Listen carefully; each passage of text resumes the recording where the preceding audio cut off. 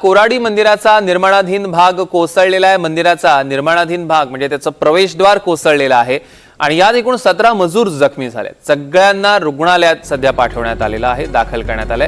त्यांच्यावर आता उपचार सुरू आहेत। नागपूर कोराडी मंदिराचा निर्माणाधीन भाग कोसळला, या मंदिराचा प्रवेशद्वार कोसळलेला आहे आणि या दुर्घटनेत एकूण 17 मजूर जखमी झाले। त्यांच्यावर आता सध्या उपचार सुरू आहेत।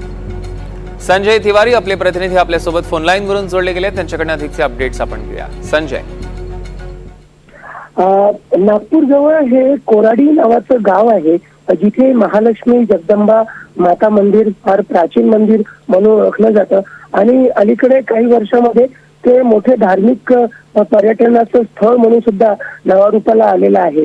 आणि तिथे खापरखेडा कोराडी रस्त्यावरती नागपूर मेट्रो रिजन डेव्हलपमेंट अथॉरिटीकडून एका भव्य प्रवेशद्वाराचं काम सुरू होतं आणि त्या निर्माण कार्याचा एक भाग आज रात्री 8 नंतर कोसळला आणि त्याखाली काही मजूर दबल्या गेल्याची माहिती मिळाल्यानंतर एनडीआरएफ आणि राज्य पोलीस असे सगळ्यांनी तिथे पोहोचून रेस्क्यू ऑपरेशन केलं आणि एकूण 17 मजुरांना 2 हॉस्पिटलमध्ये दाखल करण्यात आलेला आहे। आतापर्यंत कुठलीही जीवितहानी झाली नाहीये आणि तो जो मलबा आहे त्याखाली काही अजून कुठे दबलेलं नाहीये अशी माहिती मिळते। निश्चितच संजय, या संदर्भातले अधिकचे अपडेट्स घेऊ। तुर्तास धन्यवाद।